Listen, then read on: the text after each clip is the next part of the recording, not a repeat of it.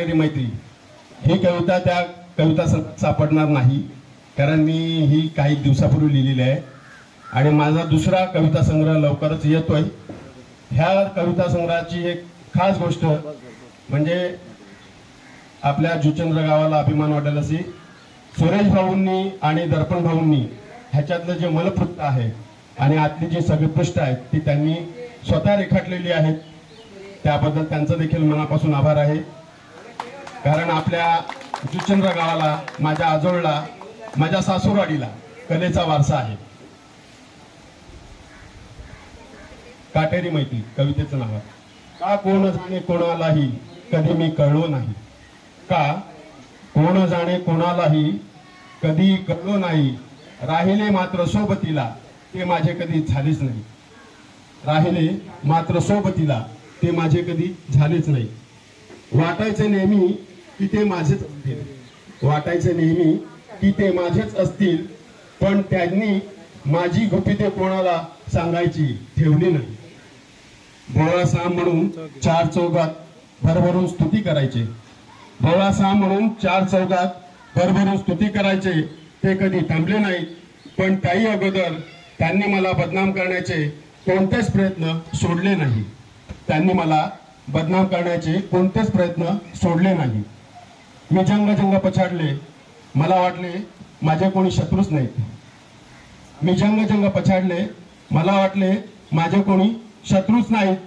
काल आणि आजही आहेत ते काल सर्पाप्रमाणे, काल आणि आजही आहेत ते काल सर्पाप्रमाणे, माझ्या सोबतीला हे माझ्या भोळ्या स्वभावाने कधी ओळखलेच नाही, हे माझ्या भोळ्या स्वभावाने कधी ओळखलेच नाही। माझे खच्चीकरण करता येईल अशी एकही संधी त्यांनी सोडली नाही, माझे खच्चीकरण करता येईल अशी एकही संधी त्यांनी सोडली नाही। मी तावून सुलाखून निघालेला, मी तावून सुलाखून निघालेला तो त्यांना कधी कळलाच नाही, मी तावून सुलाखून निघालेला तो त्यांना कधी कळलाच नाही। मित्र म्हणून ज्यांनी मला साथ दिली, मित्र म्हणून ज्यांनी मला साथ दिली त्यांची बदनामी करणे शक्य नाही, मित्र म्हणून ज्यांनी मला साथ दिली त्यांची बदनामी करणे मला शक्य नाही, कारण मैत्रीला बदनाम करणं हे माझ्या रक्तात नाही, कारण मैत्रीला बदनाम करणं हे माझ्या रक्तात नाही।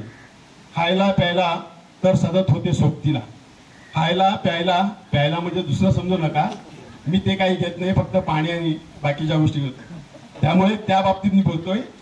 खायला प्यायला तर ते होते सतत सोबतीला, पण त्यांच्या मनाची चलबिचलता मला कधी हेरताच आली नाही, पण त्यांच्या मनाची चलबिचलता मला कधी हेरताच आली नाही, कारण ते माझ्यासाठी कधीच शत्रू नव्हते, कारण ते माझ्यासाठी कधीच शत्रू नव्हते, त्यामुळे त्यांच्यासाठी मी हेर कधी झालोच नाही, त्यामुळे मी त्यांच्यासाठी कधी हेर झालोच नाही।